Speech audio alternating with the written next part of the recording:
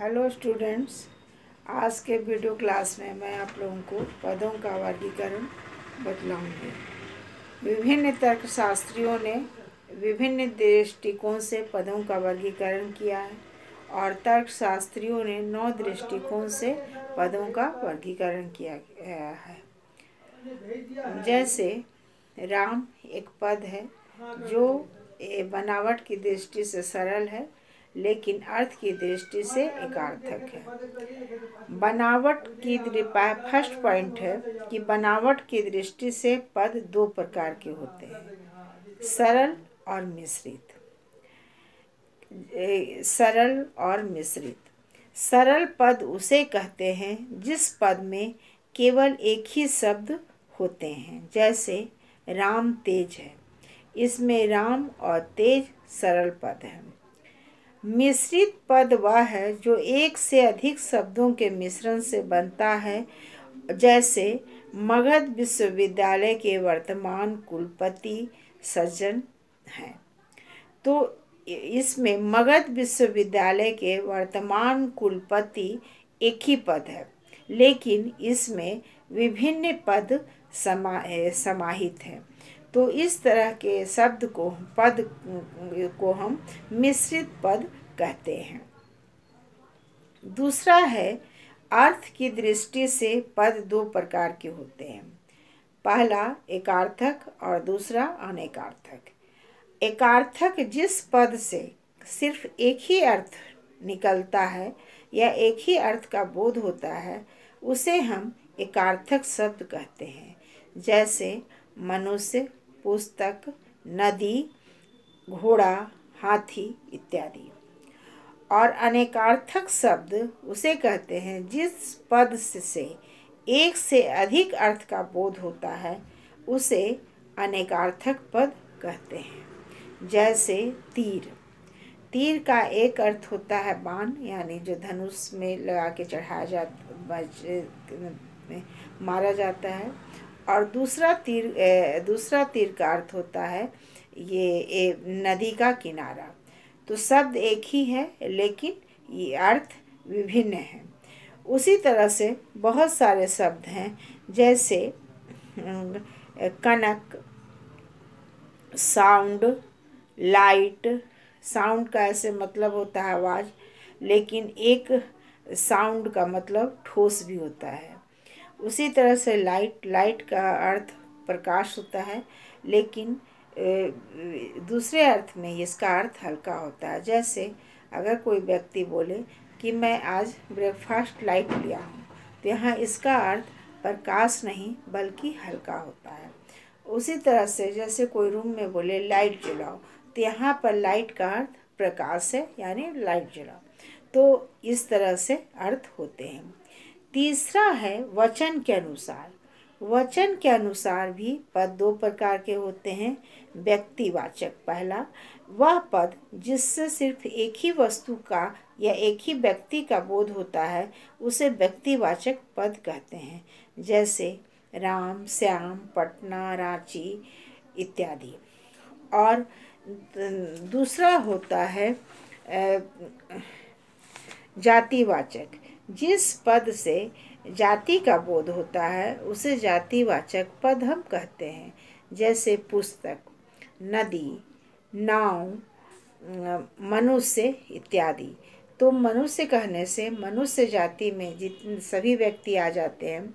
नदी कहने से भी संसार में जितनी नदियां हैं सभी का बोध होता है। तो इस तरह के पद को हम जातिवाचक पद कहते हैं। चौथा है संगठन के अनुसार।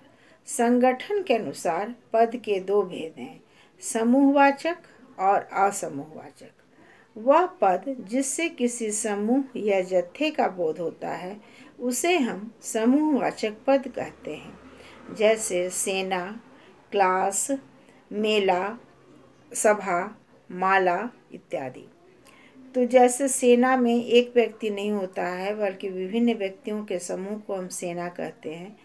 जैसे माला में एक फूल नहीं होता है बल्कि विभिन्न फूल होते हैं और तब वो माला बनता है। तो इस तरह के शब्द को हम समूहवाचक पद कहते हैं।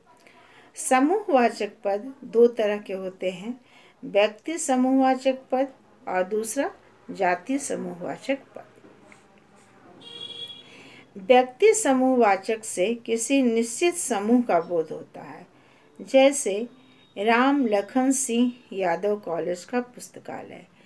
केवल पुस्तकालय कह देने से पूरे जाति यानी संसार में जितने पुस्तकालय हैं का बोध होता है, लेकिन हम पार्टिकुलर जब किसी एक कॉलेज का नाम लेते हैं तो वह व्यक्तिवाचक समूह में आता है। और दूसरा है कि असमूहवाचक पद वह है जिससे किसी समूह का बोध नहीं हो, जैसे राम, हरि, पटना इत्यादि। इन पदों से किसी समूह का बोध नहीं होता है, बल्कि एक चीज का ही बोध होता है। अब आ जाइए पांचवा, स्थिति के अनुसार। स्थिति के अनुसार पद दो माने जाते हैं, पहला निश्चित पद और दूसरा अनिश्चित पद। निश्चित पद वह है जिसके द्वारा किसी निश्चित वस्तु या व्यक्ति का बोध होता है, तो उसे हम निश्चित वाचक पद कहते हैं, जैसे राम, पटना, रांची, गया, श्याम इत्यादि। इन पदों से किसी एक ही निश्चित आदमी या निश्चित जगह का बोध होता है। और दूसरा है अनिश्चित पद। अनिश्चित पद उसे कहते हैं जिससे किसी व्यक्ति या वर्ग के निश्चितता नहीं मालूम पड़ती है, जैसे कुछ लड़के, कुछ आम, कुछ अमरूद। तो इससे किसी एक का बोध नहीं होता है, बल्कि अनिश्चित कुछ का बोध होता है। अब आ जाइए अस्तित्व के अनुसार। अस्तित्व के अनुसार भी पद दो प्रकार के होते हैं, वस्तुवाचक पद और दूसरा भाववाचक पद। वस्तुवाचक पद किसी वस्तु के नाम को कहते हैं। प्रत्येक में वस्तुवाचकता और गुणवाचकता प्राय पाए जाते हैं। तो जितने भी विश्लेषण हैं सभी वस्तुवाचक पद के ही कहे जाएंगे, क्योंकि विशेषणों से सिर्फ गुण का बोध नहीं होता है, बल्कि अमुक वस्तु का भी संकेत होता है।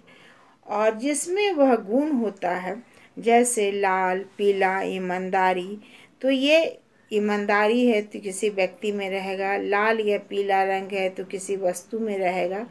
तो इस तरह के पद को हम वस्तुवाचक पद कहते हैं। और दूसरा होता है भाववाचक पद। भाववाचक पद गुणों के समूह या को कहते हैं, जैसे ईमानदारी, पीलापन, लाली। तो ये जो है सो सिर्फ किसी वस्तु के भाव को बोध करता है, वस्तु या व्यक्ति का बोध इससे नहीं होता है। अब आ जाइए भाववाचक पद के भी दो भेद होते हैं, व्यक्ति भाववाचक पद और जाति भाववाचक पद। अब सातवां है स्वभाव के अनुसार पद तीन प्रकार के होते हैं, पहला भावात्मक, दूसरा अभावात्मक और तीसरा विराहात्मक। पहला भावात्मक। भावात्मक पद से किसी वस्तु या गुण के अस्तित्व का बोध होता है, जैसे राम, मुंबई, कलकत्ता, दिल्ली इत्यादि।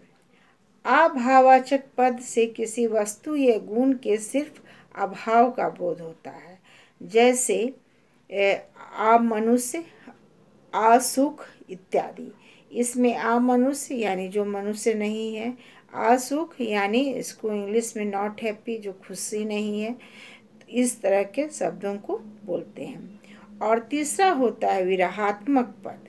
विराहात्मक पद वर्तमान में उन गुणों का अभाव बोध कराता है, जैसे अंधा, लंगड़ा, गूंगा, बेहरा इत्यादि।